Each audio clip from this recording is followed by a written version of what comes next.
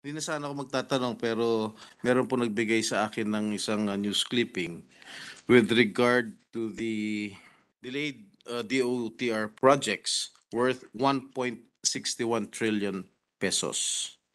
And if I may read for the record, the COA has flagged the Department of Transportation over 128.42 million in additional fees incurred due to setbacks in 14 foreign assisted projects worth 1.61 trillion. Hindi na ako papaligoy-ligoy pa. Bakit po nagkaganito? Why the delay 161. of these projects? 1.61 trillion worth of delayed DOTR projects. Mr. President, apparently a lot of the acquisition delay and also the labor delay was due to the pandemic.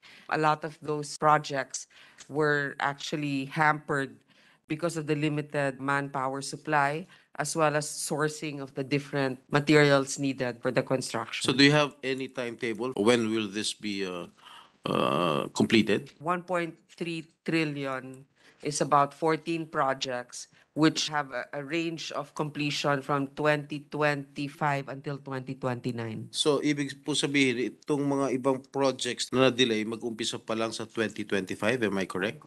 And the ongoing po, matatapos These po are yung all ongoing. Oo, delivery dates po between 2025 to Alright. 2029. And out of the 14 foreign assisted projects, only 2 projects have been completed. Am I correct? And this is the Bohol Airport, Air Traffic Management Systems, the first phase of the Maritime Safety Program, and the LRT Line 2 East Okay. Extension. So it's really just the Bohol project and the satellite project of CAAP. Those are the two completed ones. Yes, hindi ba naabutan ng pandemic itong Bohol Airport? Hindi kasi ang tagal na po eh. Tapos na po siya noong 2019. And the commission also noted that the 2 projects, namely the Metro Manila Bus Rapid Transit and the Cebu Container Port, had no data on their physical status. Can you please enlighten this representation with regard to the status of these 2 projects? Both projects have not started construction yet. That's why there's no data. May this representation know when will it commence? The Cebu project will begin in 2023, but the Metro Manila BRT has no start date because the loan was canceled by the World Bank. What was the reason for the cancellation, Madam President? The implementation period has expired in 2022. Unfortunately, we weren't able to comply with the pre-requirements, and one of them is the right-of-way acquisition. So the World Bank in 2022 decided not to proceed with the loan. Are we not going to talk to the World Bank to consider giving back, asking for the loan that was canceled? We are considering it, and also we will entertain potential financial partners. Okay, thank you very much, Madam President.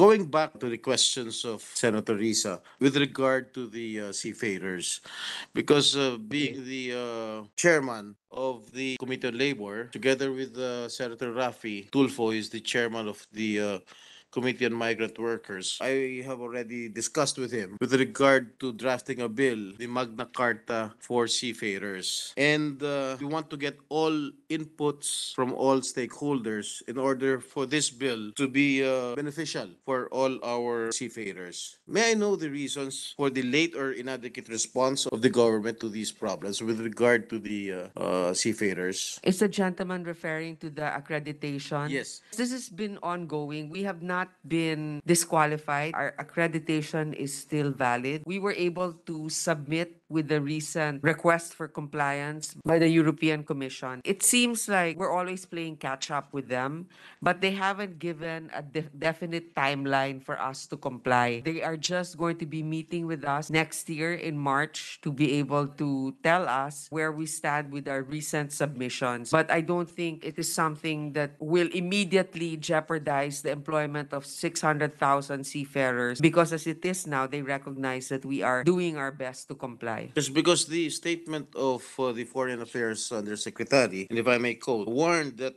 50,000 Filipino seafarers currently deployed in the European Union will be at risk of losing their jobs if the Philippines fails to comply with the European Maritime Safety Agency standards. How true is this? Yes, of course, if we fail to comply. On the other hand, the response of the European Commission is saying that they accept our submission for now and they will continuously work with us to be compliant. As I mentioned earlier, Mr. President, we should not also underestimate the importance of 600,000 seafarers. It will really create a crisis in the maritime and shipping industries without them. That's why the EU is also very motivated to work with us. And you and I know that the Philippines is one of the world's biggest suppliers of sea-based workers, with Filipinos at one point comprising over 25%. percent of mariners worldwide.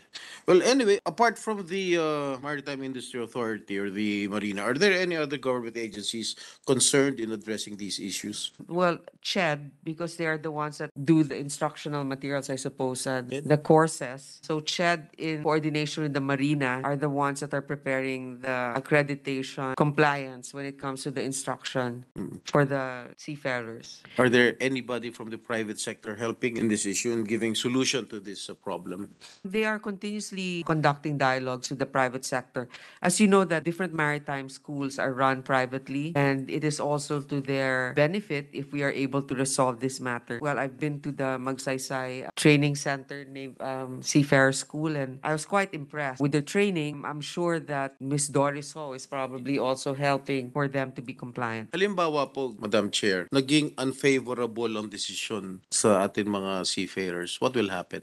There's 600,000 of them. Right now, what is available for them is what we have, the benefits that we have lodged in the different agencies that are already existing, like the DOLE and maybe the Department of Migrant Workers, but I'm not sure if they qualify for that. But then, kung ano po ang meron tayo ngayon, yun lamang po ang may bibigay natin. Eh kung 600,000 yan na mawalan ng trabaho, that's a huge problem Huge for us. problem. That's why we are also working hand in hand. So it's actually both detrimental on both sides for the shipping, the worldwide shipping and maritime industry, as well as our country. That's why it is to the interest of both that we become compliant. Okay, thank you, Madam Chair. On another note, may we know from the good sponsor an overview of the Philippine Coast Guard's budget, if any, that is related in intensifying presence in the West Philippine Sea? And I believe the Philippine Coast Guard is under the DOTR.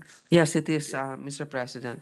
The total budget for the Coast Guard, it's 21 billion total budget for the Philippine Coast Guard. And that also includes fuel costs for patrolling our archipelago, the repairs of the different sea vehicles. Kailan nalipat yung Philippine Coast Guard sa DOTR?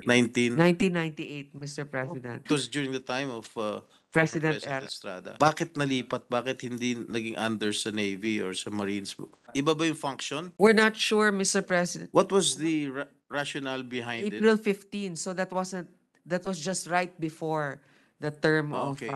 You know what was President. the rationale behind it? Why it was transferred under the DOTR? I guess because the Coast Guard is almost like a civilian branch of the military. Oh, you must humanitarian. Like in the US, iba din yung Coast Guard eh. More of enforcement sila, reinforcement more than anything. So More bakit- domestic. Bakit ang Coast Guard ang nagbabantay sa teritoryo natin sa West Philippine Sea? And Bakit- I think that's in coordination also with the Philippine Navy. Yeah, why not the Philippine Navy? Well, Why they the Coast also Guard? need the Coast Guard for like maybe small. Syempre, we don't want naman the Philippine Navy catching like small-time violators also, di ba? So if we Well, do need they have almost the small capacity, boats. the ability, I mean, to guard They do, our but, property there, our territory there? When if it's domestic enforcement, we really rely on the Coast Guard. Kasi hindi naman din tayo nag-enforce ng law enforcement na military ang gumagawa.